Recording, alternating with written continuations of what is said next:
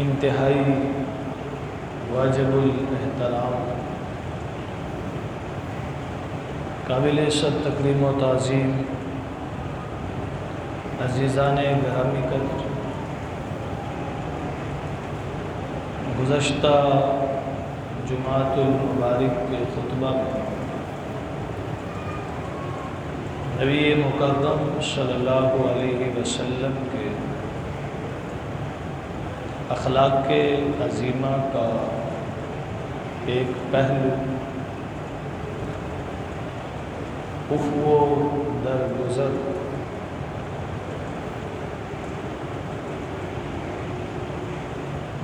کو بیان کیا گیا۔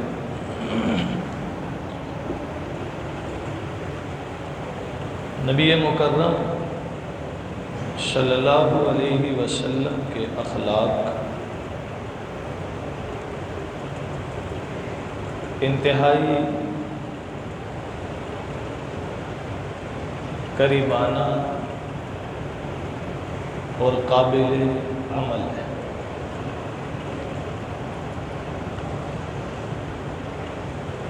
اسی لیے حضرت عائشہ رضی اللہ تعالی عنہا نے فرمایا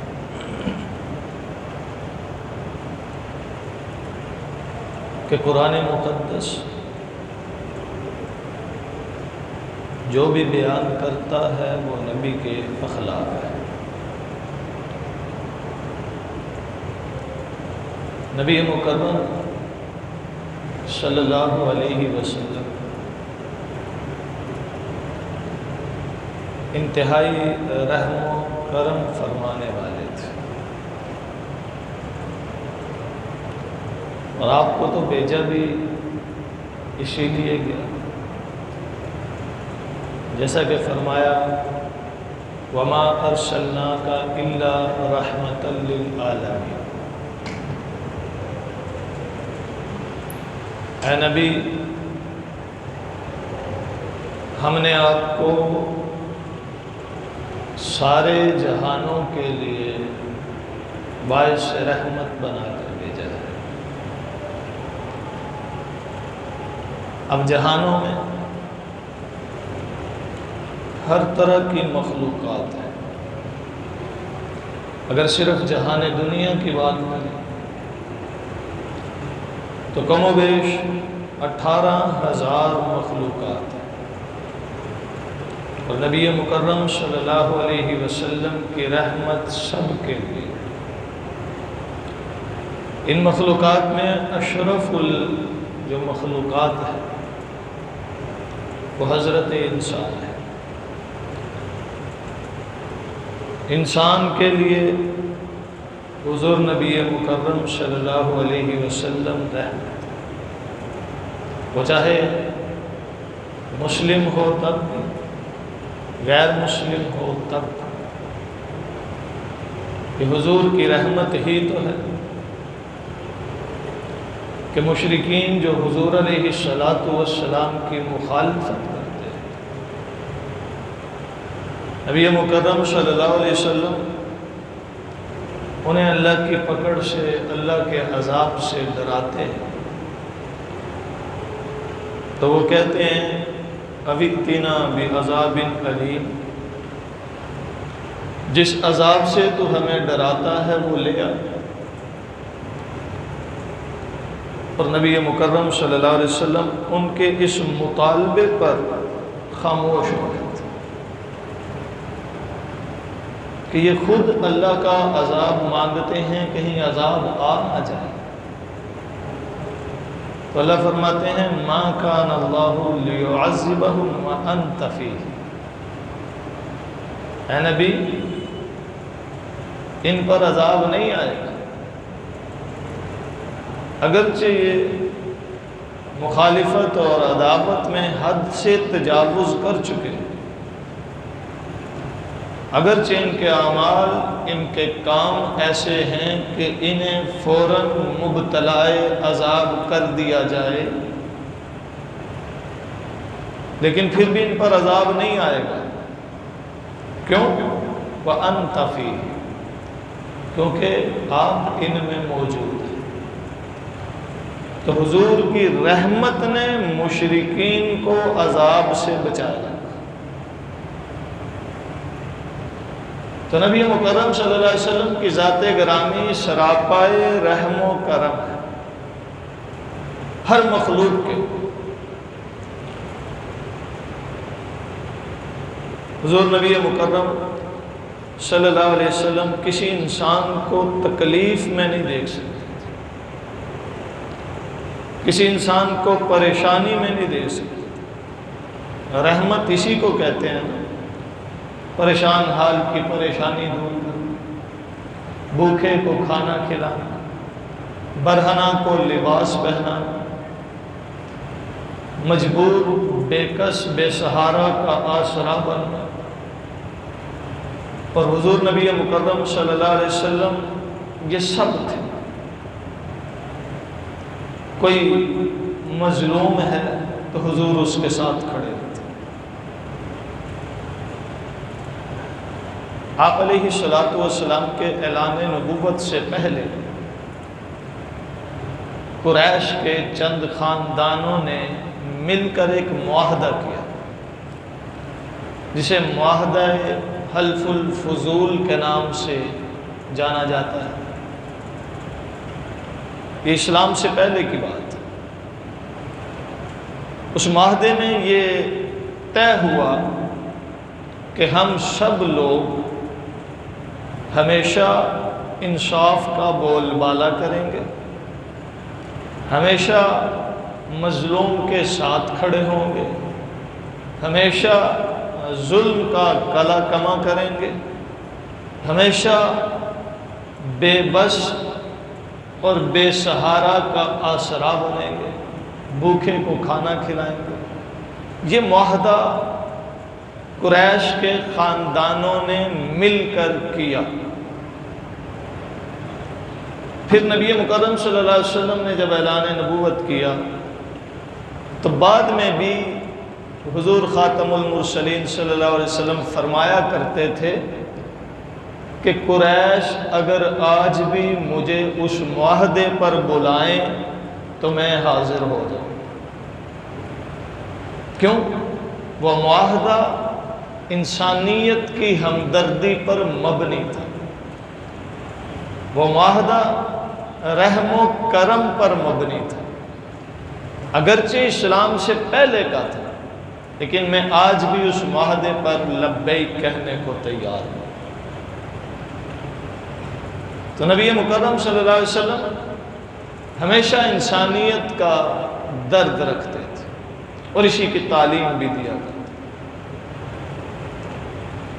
آپ علیہ الصلوۃ والسلام دوسروں کے احساس اور جذبات کی کتنی قدر کرتے، کتنا خیال رہتا۔ حدیث میں آتا ہے کہ نبی مکرم صلی اللہ علیہ وسلم جب فجر کی نماز پڑھا کر فارغ ہوتے، باہر تشریف لاتے تو لوگوں نے اپنے غلاموں اور خادموں کو برتنوں میں پانی دے کر بھیجا ہوتا تھا کہ جانا اور حضور علیہ الصلوۃ والسلام کا اس پانی میں ہاتھ لگوانا۔ اب جب مسجد سے حضور علیہ السلام باہر تشریف لاتے تو لائن میں لوگ کھڑے ہوتے تھے اور حضور صلی اللہ علیہ وسلم ان سب کے برتنوں میں ہاتھ ڈال کر جاتے۔ ان کا مقصد یہ ہوتا تھا کہ حضور علیہ السلام کا ہاتھ لگے گا، برکت ہوگی، ہم اس پانی کو دن بھر کے کاموں میں ضروریات میں استعمال کریں۔ کبھی کبھی سخت سردی ہوتی اور آپ علیہ الصلوۃ والسلام سردی کے باوجود یہ نہیں کہتے تھے آج سردی ہے میں پانی کو نہیں ہاتھ لگاؤں، بلکہ سب کے پانی میں ہاتھ ڈال کے جاتے۔ یہ ان کا دل رکھنے کے، یہ ان کی خوشی کے، یہ لوگوں کے جذبات کی قدر کرنے کا عالم ہے۔ حضور نبی مکرم صلی اللہ علیہ وسلم کبھی ایسا نہیں ہوا کہ آپ کے پاس کوئی آیا ہو اور حضور صلی اللہ علیہ وسلم نے اسے بے مراد لٹایا۔ جو بھی کوئی حاجت لے کر آتا، آپ علیہ السلام خود پوری کرتے، اگر خود نہ کر سکتے تو پھر صحابہ سے فرماتے اس کی مدد کرو، اس کی ضرورت پوری کرو۔ بخاری شریف کی روایت ہے کہ ایک دفعہ حضور نبی مکرم صلی اللہ علیہ وسلم کے پاس ایک شخص آیا، کہنے لگا اللہ کے رسول میں بھوکا ہوں، بھوک لگی۔ تو نبی اکرم صلی اللہ علیہ وسلم نے اپنے خادم کو اپنے گھروں میں بھیجا، جاؤ کھانے کا پتہ کر کے آؤ۔ خادم ایک گھر میں گیا، کچھ نہیں ملا، دوسرے میں گیا، کچھ نہیں ملا، تیسرے میں گیا، کہیں سے بھی حضور کے جو گھر تھے، حضور کی جو بیویاں تھیں، امہات المؤمنین تھیں، ان سب کے پاس گیا، اور کسی کے گھر میں بھی کھانے کو کچھ نہیں تھا۔ یہ پیغام ملا، اللہ کے رسول ہمارے گھر میں سوائے پانی کے کچھ نہیں۔ اب یہ نہیں فرمایا کہ بھائی ہمارے پاس خود کھانے کو کچھ نہیں ہے، تمہیں کیا کھلائیں، بلکہ صحابہ میں اعلان فرمایا کوئی ہے جو آج اس مہمان کی مہمانی کرے، اللہ اس سے خوش ہوگا۔ اب یہ حضور کے تربیت یافتگان تھے، یہ حضور کے شاگرد تھے۔ حضرت ابو طلحہ انصاری رضی اللہ تعالی عنہ کھڑے ہوئے، اللہ کے رسول میں مہمان کو اپنے گھر لے جاؤں۔ حضرت ابو طلحہ انصاری رضی اللہ تعالیٰ اس مہمان کو اپنے ساتھ گھر لے گئے۔ بیوی کو جا کے پوچھا کھانے کو کچھ ہے؟ کہنے لگی اتنا ہی ہے کہ صرف بچے کھا سکتے ہیں، ہمارے لیے بھی کچھ نہیں۔ ابو طلحہ انصاری فرمانے لگے یوں کرو کہ آج بچوں کو سلا دو، بہلا کر تسلی دلا کر ان کو سلا دو، پھر کھانا دسترخوان پہ رکھنا، اور جب کھانا شروع کرنے لگیں تو چراغ کو درست کرنے کے بہانے بجھا دینا، تو کھانا کھاتے ہوئے مہمان سمجھے گا کہ ہم بھی اس کے ساتھ کھا رہے ہیں، اور وہ پیٹ بھر کے کھا لیں، ہماری خیر۔ اب ایسے ہی ہوا، دسترخوان لگا، مہمان کو بٹھایا، کھانا شروع کیا، بیوی اٹھی، چراغ کو صحیح کرنے کے بہانے بجھا دیا، مہمان نے خوب سیر ہو کے کھایا۔ صبح جب حضرت ابو طلحہ انصاری مسجد نبوی میں نماز پڑھنے گئے تو نبی اکرم صلی اللہ علیہ وسلم کو اللہ تعالیٰ نے بذریعہ وحی اطلاع فرما دی تھی۔ حضور علیہ السلام نے فرمایا ابو طلحہ، رات جیسے تم نے مہمان کی قدر کی ہے، اللہ کو بڑا پسند آیا ہے، اللہ مسکرا رہا تھا اور خوش ہو رہا تھا۔ یہ وہ لوگ تھے کہ خود بھوکے رہ کر دوسروں کو کھلاتے تھے، کیوں؟ کیونکہ اپنے نبی سے تربیت یہ پائی تھی، اپنے نبی سے سیکھا یہی تھا کہ جب کوئی بھوکا آئے تو اسے کھلایا۔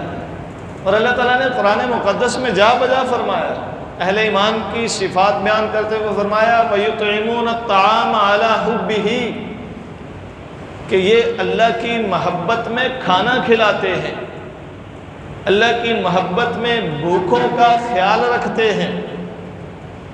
اور نبی مکرم صلی اللہ علیہ وسلم کی متعدد احادیث ہیں جن میں جنت کی بشارت دی گئی کہ کھانا کھلاؤ، اطعموا الجائع، بھوکے آدمی کو کھانا پیش کرو، افشوا السلام، سلام کو عام کرو تو تم سلامتی کے ساتھ جنت میں چلے جاؤ گے۔ متعدد احادیث ہیں مختلف اوصاف کے ساتھ، ان میں ایک صفت یہ بھی بیان کی گئی کہ بھوکے کو کھانا کھلاؤ۔ متعدد مقامات پر یہ ترغیب دی ہے، کیوں؟ اس لیے کہ کسی انسان کا دکھ برداشت نہیں کرتا، کسی انسان کی تکلیف برداشت نہیں کرتا، وہ مسلم ہو تب بھی، وہ کافر ہو تب بھی۔ ایک یہودی حضور کی مجلس میں بیٹھتا تھا، بیمار ہوا، حضور اس کے گھر تیمارداری کرنے گئے۔ یہ رحم و کرم ہے، حضور پر کوڑا پھینکنے والی، حضور کو تنگ کرنے والی بڑھیا جب نظر نہ آئی، حضور اس کے گھر پہنچے، اس کی تیمارداری کی، یہ رحم و کرم تھا۔ کہ حضور علیہ السلام کی انسانیت سے محبت تھی۔ وہ عورت جو سارے راستے حضور کو گالیاں دیتی رہی، برا بلا کہتی رہی، اسی کا سامان اٹھا کے حضور چل رہے ہیں۔ یہ حضور کی انسانیت سے محبت ہے۔ یہ نہیں کہا پکڑ اپنا سامان، تو مجھے گالیاں دے رہی ہے، مجھے برا بلا کہتی ہے اور میں تیرا سامان اٹھا کے چلوں۔ جب منزل پہ پہنچایا، بڑھیا کہنے لگی بیٹا تیرا نام کیا ہے، اچھا لگتا ہے۔ فرمایا میں وہی جوان ہوں جسے تو سارے راستے برا کہتی ہے۔ بڑھیا کہنے لگی اچھا اگر وہ تم ہو تو پھر میں مکہ نہیں چھوڑوں گی، میں نے تو تمہیں دیکھا ہی نہیں تھا، مجھے تو پتہ ہی نہیں تھا، انسانیت تو تم میں ہے۔ حقیقت یہی ہے کہ حضور علیہ السلام نے انسانیت سکھائی ہے۔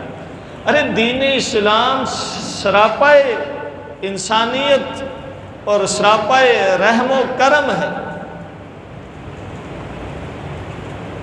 ہم مسلمان تو کجا، حقیقت میں انسانی اوصاف سے بھی عاری ہوتے جا رہے ہیں۔ کیا ہم نبی کے امت ہیں؟ وہ نبی جو انسان تو درکنار، جانوروں پر بھی ظلم برداشت نہیں کرتا۔ ایک اونٹ آیا، حضور کے کندھے پر اپنا منہ رکھا اور کچھ بلبلانے لگا۔ صحابہ دیکھ رہے ہیں ماجرا کیا ہے۔ حضور علیہ السلام نے فرمایا اس کے مالک کو بلاؤ۔ مالک آ گیا۔ حضور نے فرمایا تیرا جانور مجھے شکایت لگا ہے کہ میرا مالک مجھ سے کام زیادہ لیتا ہے، چارہ تھوڑا دیتا ہے۔ کہ حضور کا رحم و کرم کہ جانوروں کو بھی بھروسہ ہے، یہاں آئیں گے تو ہمارے ساتھ انصاف ہو، یہاں آئیں گے تو رحم و کرم ملے گا، یہاں سے رحمت کے دریچے کھلیں گے۔ حضور نبی مکرم صلی اللہ علیہ وسلم نے کیسے محبت والے پیغام سکھائے انسانیت کو، کیسے ہمدردی والے سبق پڑھائے انسانیت کو۔ آج ہماری اس مسجد میں کوئی غیر مسلم تو دور، غیر مسلک کا بھی آ جائے نا، ہم دھکے دے کے نکالتے ہیں۔ مسجدوں سے ایسے کرتے ہیں نا، دوسرے مسلک کا آ گیا، بھائی تمہارا یہاں کیا کام، نکلو۔ مسجد اللہ کا گھر ہے، جب اللہ کا گھر ہے تو پھر یہاں کسی کے لیے پابندی نہیں، اللہ کا ہر بندہ آ سکتا۔ کیا حضور نبی مکرم صلی اللہ علیہ وسلم کے پاس مسجد نبوی میں قافلے نہیں آتے تھے، وفود نہیں آتے تھے؟ عیسائیوں کے وفود آتے تھے، حضور ان کو وہاں ٹھہراتے تھے۔ پوری دنیا کے مختلف علاقوں سے وفود آتے، حضور مسجد نبوی میں ٹھہراتے تھے۔ کیوں ٹھہراتے تھے؟ تاکہ وہ مسلمانوں کا عمل دیکھیں، مسلمانوں کا طریقہ عبادت دیکھیں۔ یہ ایک خاموش تبلیغ ہے۔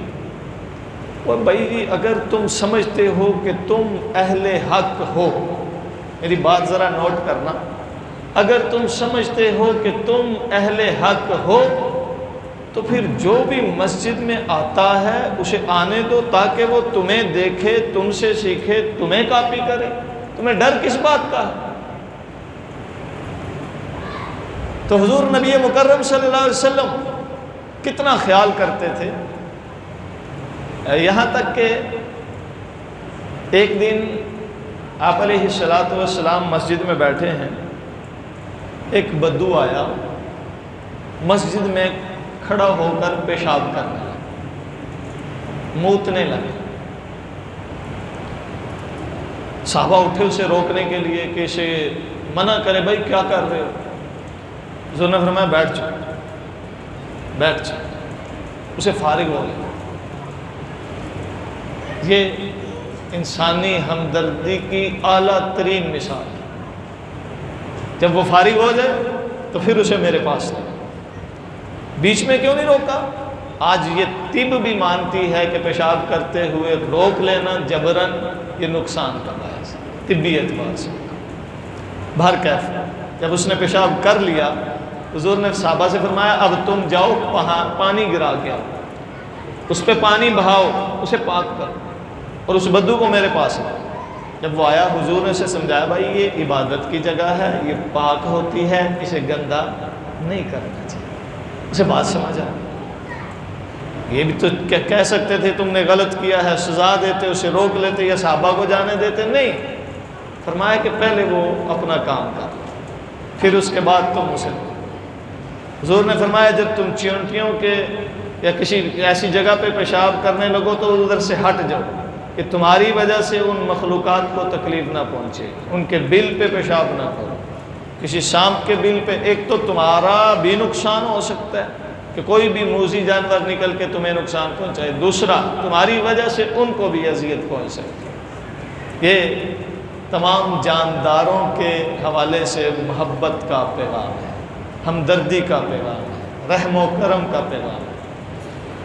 حضور نے تو سارے جانداروں کے ساتھ محبت سکھائی ہے، اور ہم اپنوں کے ساتھ بھی محبت سے محروم ہو چلے۔ نبی اکرم صلی اللہ علیہ وسلم نے تو ہر ایک کے ساتھ محبت کا درس دیا ہے، اور ہم اس محبت کو فراموش کر چکے، اس کو بھلا دیا۔ وہ لوگ حضور علیہ السلام کے جو تربیت یافتگان تھے، وہ اس کا بہترین نمونہ تھے، جو حضور کی تربیت کا اثر ان میں دکھائی دیتا تھا۔ حضور نبی مکرم صلی اللہ علیہ وسلم کی سکھائی ہوئی تعلیمات ان میں روشن طور پر نظر آتی تھی۔ کیوں؟ اس لیے کہ ان کو معلوم پڑ گیا تھا یہی انسانیت ہے، رکھتے ہیں جو اوروں کے لیے پیار کا جذبہ، وہ لوگ کبھی ٹوٹ کر بکھرا نہیں کرتے۔ ایک طرف یہ انسانی ہمدردی سیرت طیبہ کے پہلوؤں میں سے ایک روشن پہلو، اور دوسری طرف ہم اس پہلو کو، حضور کی اس صفت کو، حضور کے اس کردار کو مکمل طور پر فراموش کر چکے ہیں۔ ہمارا ہمسایہ بھوکا ہو ہمیں نہیں پتہ ہوتا، مر گیا ہے ہمیں نہیں خبر۔ بھائی ہمسائے کی اس حوالے سے خبر رکھنا کہ تمہارا دینی تقاضا بھی ہے، معاشرتی بھی، اخلاقی بھی۔ بھوکا ہے اسے کھانا کھلاؤ، پیاسا ہے اسے پلاؤ، ضرورت مند ہے ضرورت پوری کرو۔ بے شمار احادیث مبارکہ ہمسائے کے حقوق کے حوالے سے کثرت سے روایت، اور ہم دیکھتے بھی نہیں ہیں۔ فرمایا کہ سالن بھی پکاؤ تو اس میں تھوڑا پانی زیادہ ڈال لو تاکہ اس میں سے ہمسائے کو بھی دیں۔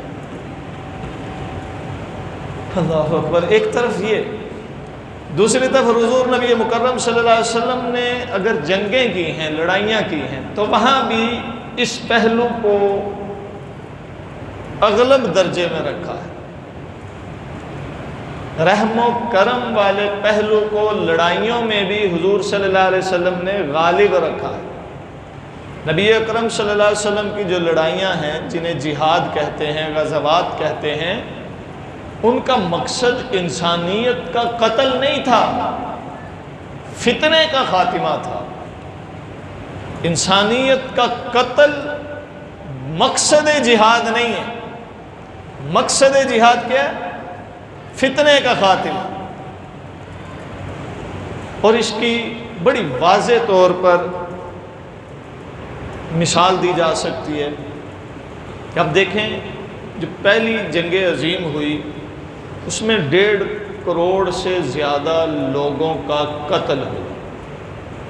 1.5 کروڑ سے زیادہ لوگوں کا قتل، جبکہ نبی اکرم صلی اللہ علیہ وسلم نے اپنے 8 سالہ دور غزوات میں 87 جنگیں لڑی ہیں۔ کتنی؟ 87 جنگیں لڑی ہیں، اور ان 87 جنگوں میں ٹوٹل مقتولین کتنے ہیں؟ مسلمانوں کی طرف سے بھی دشمنوں کی طرف سے بھی 2000 بھی پورے نہیں،